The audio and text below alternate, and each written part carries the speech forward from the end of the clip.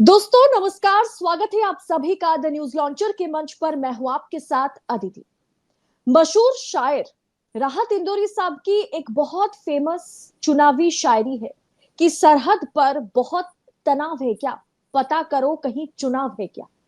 अभी का दौर ऐसा है कि अगर ईडी यानी प्रवर्तन निदेशालय, सीबीआई, इनकम टैक्स अगर तत्पर होकर के काम करती है तो लगता है कि या तो चुनाव है या फिर किसी राज्य में सत्ता पलट होने जा रही है। अब उसी खेल में भारतीय जनता पार्टी या आला कमान मोदी शाह फिर एक बार बिहार में वही खेल खेलना जो है उन्होंने शुरू कर दिया है।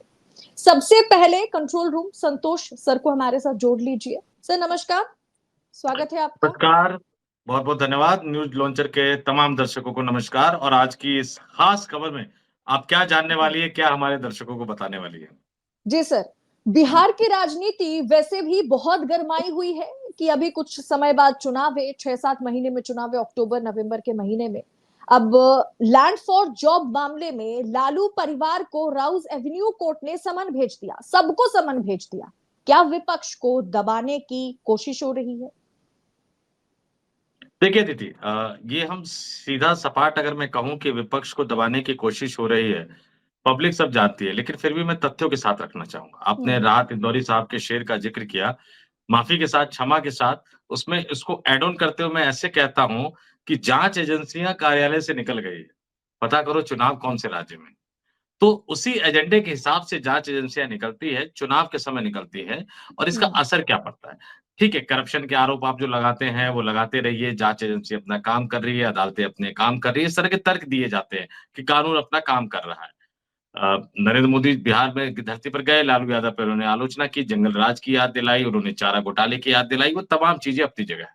लेकिन कल्पना कीजिए कि अगर लोकसभा का महत्वपूर्ण चुनाव चल रहा हो और नरेंद्र मोदी उस चुनावी अभियान से गायब हो, तो भारतीय जनता पार्टी का क्या होगा? जीत के लाले पड़ जाएँगे। कल्पना हम्म। कीजिए कि उत्तर प्रदेश का विधानसभा चुनाव चल रहा हो और योगी आदित्यनाथ मुख्यमंत्री होते हुए या एक बड़े दिग्गज नेता हुए उस चुनावी अभियान से गायब हो।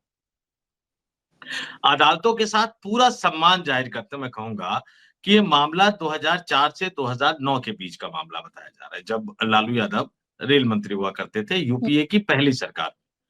आज हम कौन से साल में खड़े हैं? 2025 में खड़े हैं और 2025 में भी अगर स्थानीय स्तर की अदालत को ही समन जारी करना पड़ रहा है, सबको बुलाना पड़ रहा है, तो आप मानकर चलिए कि इसमें एक बहुत बड़ी भूमिका जाँच एजेंसी की भी होती है। बजाए इसके जाँच एजेंसी अगर पहले से कहती कि नहीं स्पीडली चलाइए, तेज़ी से कार्रवाई कीजिए, सज़ा दीजिए, जो भी फैसला करना है जल्द से जल्द करिए, लेकिन जाँच एजेंसी वेट करती रहती है। हम्म। अदालत फैसला करते हैं, जज फैसला करते हैं, लेकिन जाँच एजेंसियों की अपनी एक अलग भूमिका होती है तारीखें डलवाने में। चूँकि अगर जज ने कोई डिटेल माँगी, वो डिटेल आपने नहीं दिया तो ज़ाहिर-सी बात है कि मामला लटकेगा, अटकेगा। तो जाँच एजेंसी भी ये एक सेट पैटर्न है। चाहे आप दिल्ली में अरविंद केजरीवाल का देख लीजिए, चाहे आप कर्नाटक का देख लीजिए, चाहे आप महाराष्ट्र का देख लीजिए। जहाँ-जहाँ चुनाव आने वाले होते हैं, जाँच एजेंसियों के बहाने अदालती प्रक्रिया का सदुपयोग कह लीजिए, दुरुपयोग कह लीजिए, उसकी आड़ लेते हुए विपक्षी दल के नेताओं को परेशान किया जाता है। यहाँ सबसे बड़ी बात क्या है? प्रधानमंत्री नरेंद्र मोदी बिहार की धरती पर जाते हैं, भागलपुर की रैली करते हैं, विपक्षी दलों के नेताओं पर निशाना साधते हैं। नीतीश कुमार के साथ किस तरह की खटपट चल रही है, हम और आप सभी जानते हैं। और इस बीच में जब उनको लगता है कि लालू यादव और तेजस्वी यादव के साथ लड़ पाना उतना ज़्यादा आसान नहीं रहेगा, तो फिर वो कोशिश करते हैं कि ठीक है, इनको अदालती प्रक्रिया में आप परेशान करो। और ये समझ में कैसे आएगा? ये समझाने के लिए मैं 2020 के विधानसभा चुनाव में ले जाना चाहूँगा। 2020 के विधानसभा चुनाव में क्या हुआ था? तकरीबन सब चीज़ें सेट थी कि बीजेपी और नीतीश कुमार का गठबंधन चुनाव हारने जा रहा है। राष्ट्रीय जनता दल के नेतृत्व में विपक्षी गठबंधन के चुनाव जीतने की संभावना लगभग-लगभग तय थी। राष्ट्रीय जनता दल उस गठबंधन में शामिल था। उस गठबंधन में कांग्रेस शामिल थी, सीपीआई शामिल थी, सीपीआई-एमएल जो बिहार की राजनीति के हिसाब से बड़ी पार्टी है, वो शामिल थी, सीपीएम शामिल थी। ये तमाम राजनीतिक दल मिलके ये माना जा रहा था कि 122 का जो आंकड़ा है बिहार के विधानसभा में बहुमत हासिल करने के लिए, वो तो तेजस्वी यादव आराम से क्रॉस कर जाएँगे। हम्म। लेकिन अचानक लालू यादव जेल चले जाते हैं।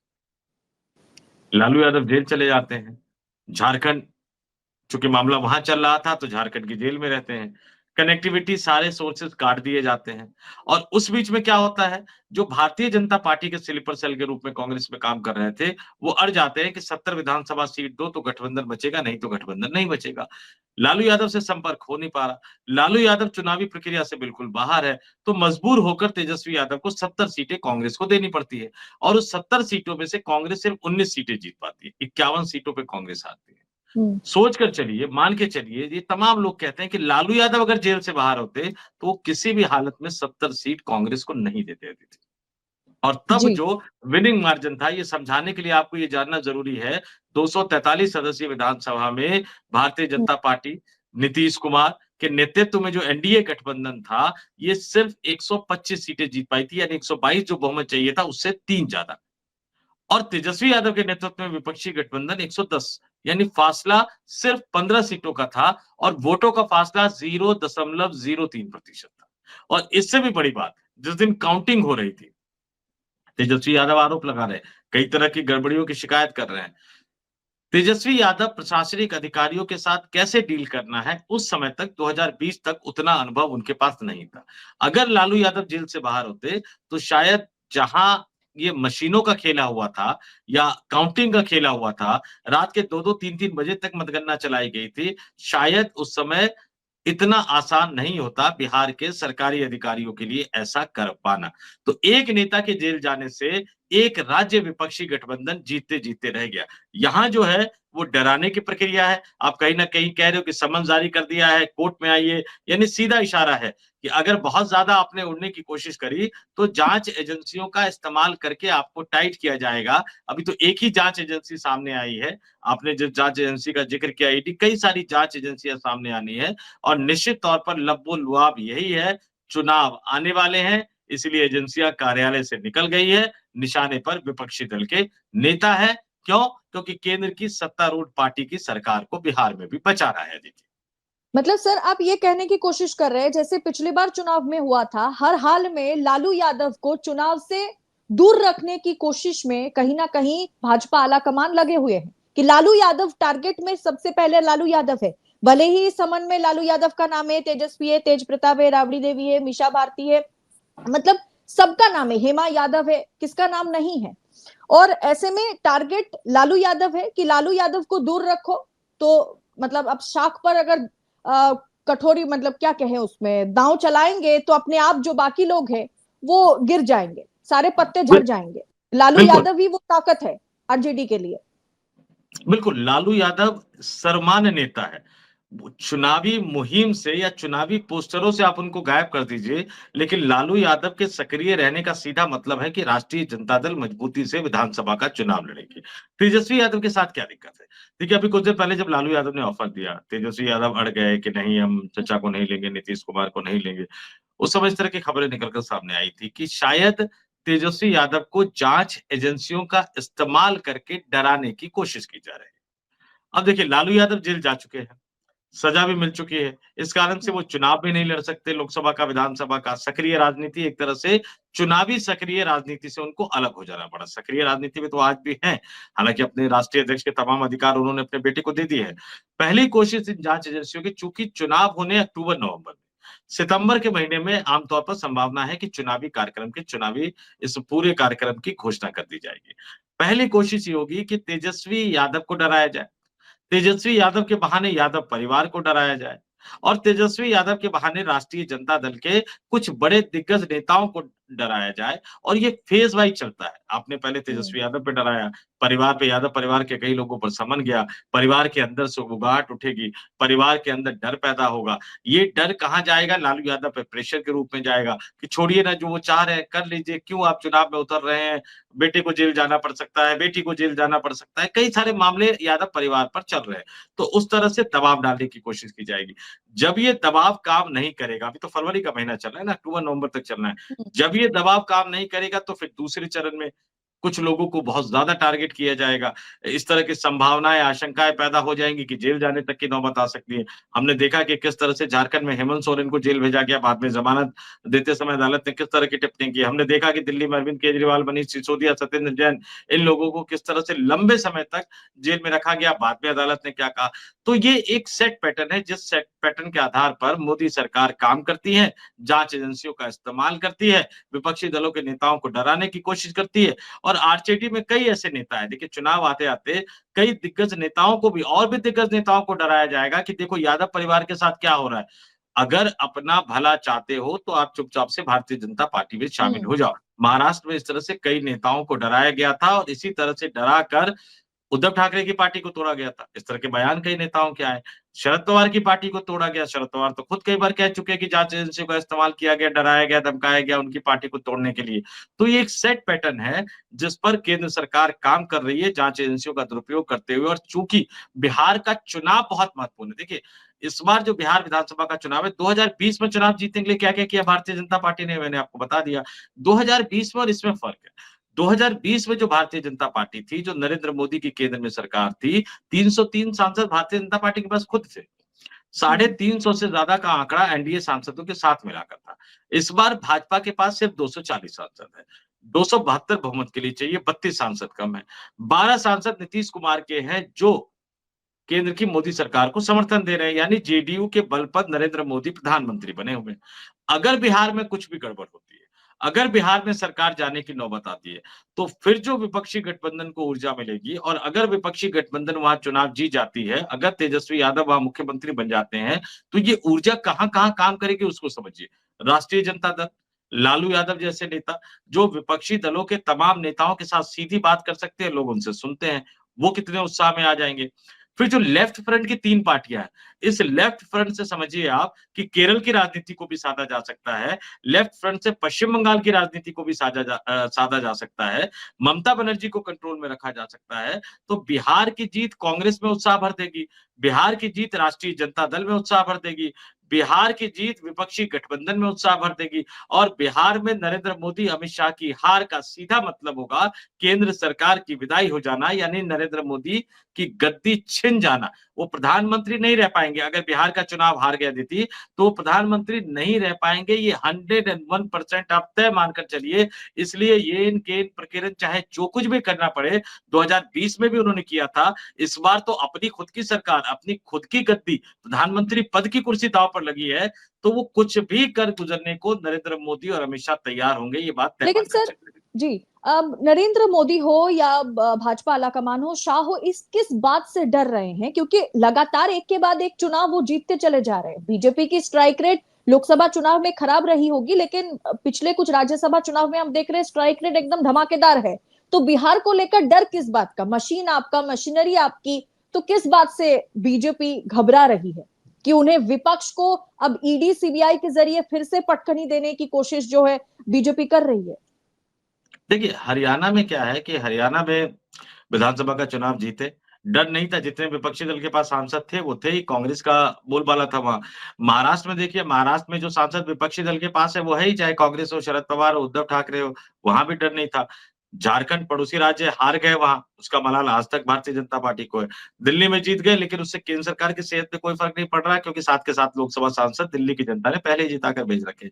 ये जो जीत है हरियाणा की, महाराष्ट्र की, दिल्ली की, ये तो राष्ट्रीय स्वयंसेवक संघ पर हावी होने में नरेंद्र मोदी और अमित शाह को मदद कर रही है। लेकिन बिहार की जो हार होगी, या यूं कहूं कि बिहार की जीत नरेंद्र मोदी और अमित शाह के लिए जरूरी है, क्योंकि बिहार नहीं जीते तो सरकार गिर जाएगी।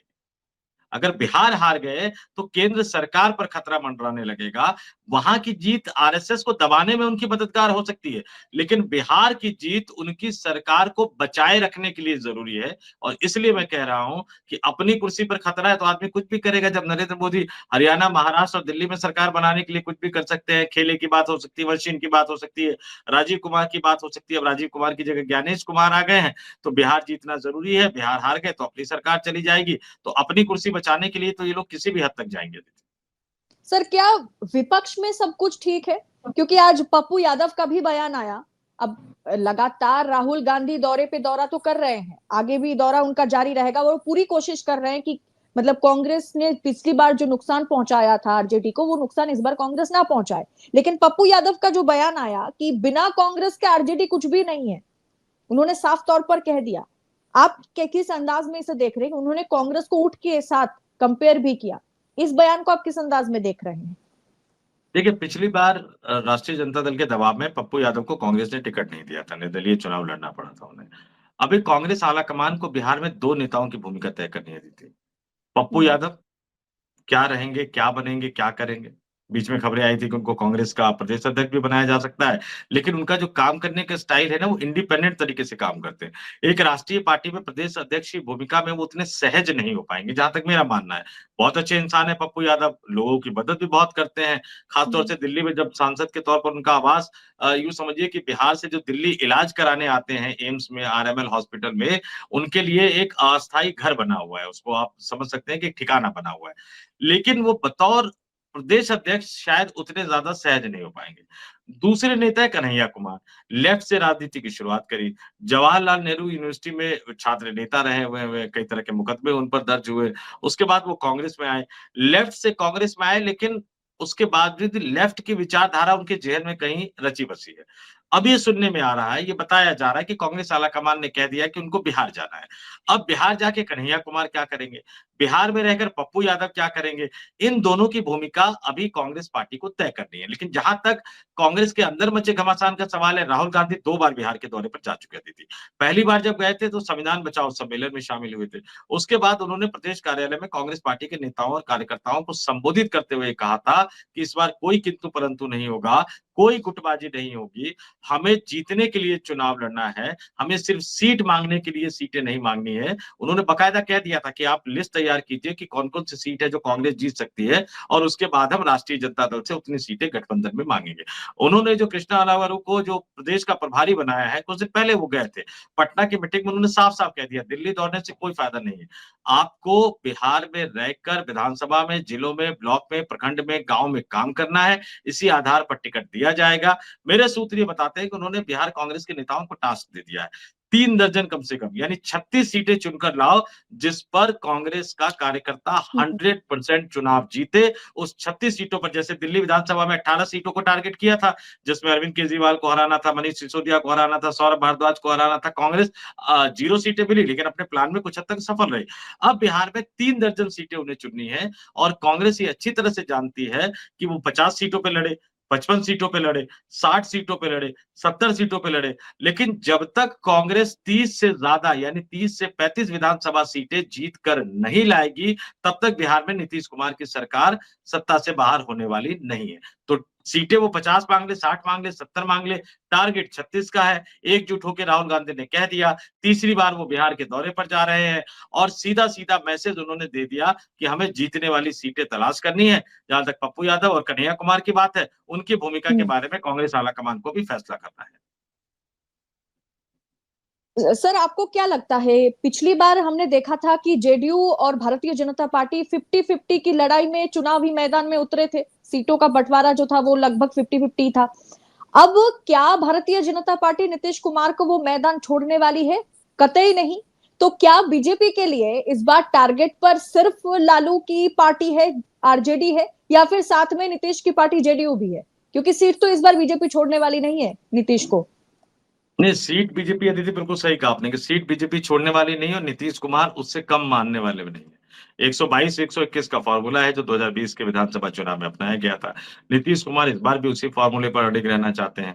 भागलपुर में प्रधानमंत्री मोदी गए, उन्होंने नीतीश कुमार की दावेदारी, उम्मीदवारी को लेकर कुछ बोला नहीं उन्होंने। तो आज देखिए नीतीश हम्म। कुमार ने एक इमोशनल कार्ड खेल दिया, उन्होंने अपने बेटे निशांत कुमार को आगे कर दिया।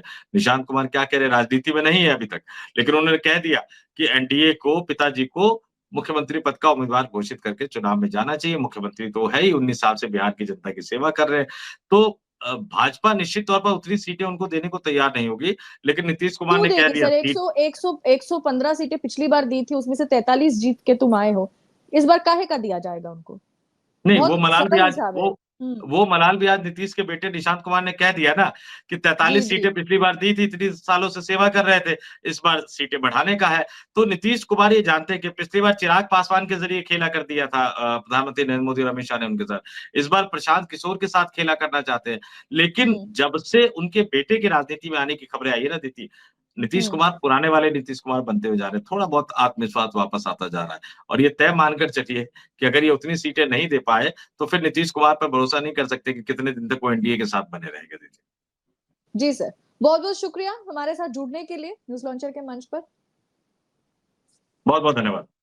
यानी दोस्तों इतना तो साफ है कि नरेंद्र मोदी भले ही नीतीश कुमार को निपटाने के लिए तत्पर है, लेकिन उन्हें लालू यादव, तेजस्वी यादव और तेजस्वी और राहुल का जो गठबंधन है, महागठबंधन से, इंडिया गठबंधन से वाकई डर लगने लगा है। और इसीलिए इसीलिए बिहार में सीबीआई का खेल दोस्तों शुरू हो गया है। कोर्ट का लालू, तेजस्वी और पूरे यादव परिवार को समन जारी कर दिया गया है कोर्ट की ओर से। फिलहाल दीजिए इजाजत। इस पूरे विषय पर आपकी राय क्या है, आपकी टीका टिप्पणी कमेंट बॉक्स में हमारे साथ साझा जरूर कीजिएगा। और ऐसी तमाम खबरों को निष्पक्षता के साथ, पड़ताल के साथ पाने के लिए द न्यूज लॉन्चर को सब्सक्राइब जरूर कीजिएगा। बहुत बहुत शुक्रिया आप सभी का।